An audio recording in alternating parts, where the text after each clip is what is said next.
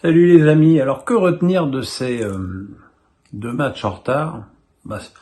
C'est plutôt des mauvaises nouvelles, à savoir que Nice ne peut plus prétendre à disputer la 4e place avec sa défaite à l'Allianz Riviera contre le PSG, et que Marseille, une fois de plus, a perdu à l'extérieur, ce qui fait qu'il faudrait maintenant un colossal miracle pour que l'OM termine en Ligue des Champions à la fin de l'ultime journée dimanche.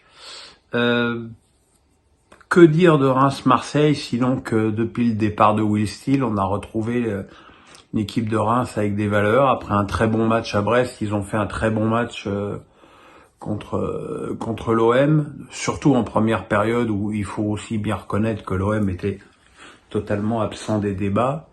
Il y a eu un premier but refusé à Mounetzi pour ces hors-jeux qui m'exaspèrent d'un quart de poil de mollet de fourmi.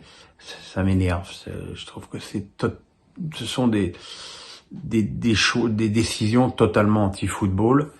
Heureusement, Mounetzi a grandement participé à l'ouverture du score en obligeant Mbemba à marquer contre son camp sur un excellent débordement du toujours excellent Ito.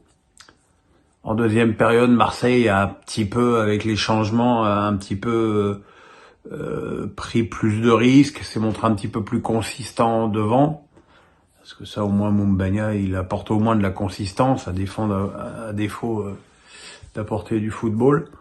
Mais ça suffit pas, quoi. Ça suffit pas, d'autant plus qu'Aubameyang était sur le terrain pour faire de la figuration, parce que visiblement ses problèmes gastriques l'ont épuisé. Et voilà, et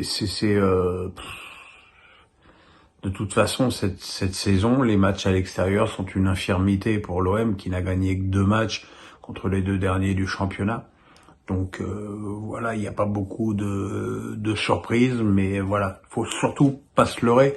Si Marseille n'est pas européen l'année prochaine, c'est non seulement une mauvaise nouvelle pour le club olympien, mais c'est une mauvaise nouvelle pour le football français, parce que voilà, on a la démonstration pourquoi cette saison, malgré une saison plus que moyenne, ils ont quand même été en demi-finale d'Europa League.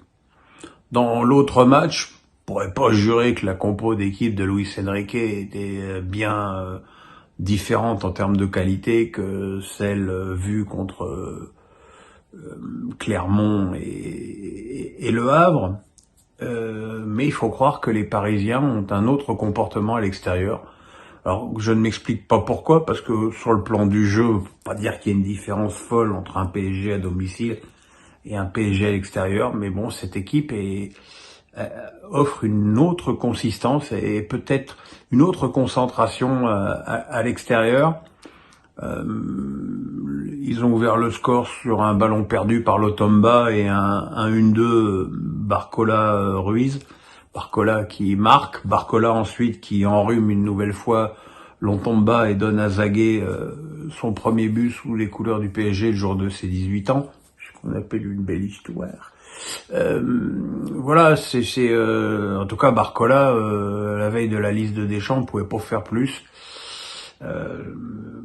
Voilà, Nice a réduit le score sur un but de Shaw, sur lequel je ne jurerais pas qu'il n'y avait pas une faute de Mofi au départ sur Marquinhos. Enfin, peu importe. Et puis en deuxième période, Paris a parfaitement géré le match avec notamment un Vitinha de plus en plus verratiesque dans la conservation du ballon et l'orientation du jeu. Vraiment, le Portugais a pris cette année une dimension incroyable, et on peut pas en dire autant, soit dit en passant, des dénommés Cangliin et de Ramos qui ont tous les deux traversé le match comme deux fantômes. Voilà, il y a eu aussi l'expulsion de Barre pour une faute d'anti-jeu caractérisée sur Barcola, qui aura donc fait but, passe décisive et expulsion. C'est quand même pas mal pour un joueur dans un match.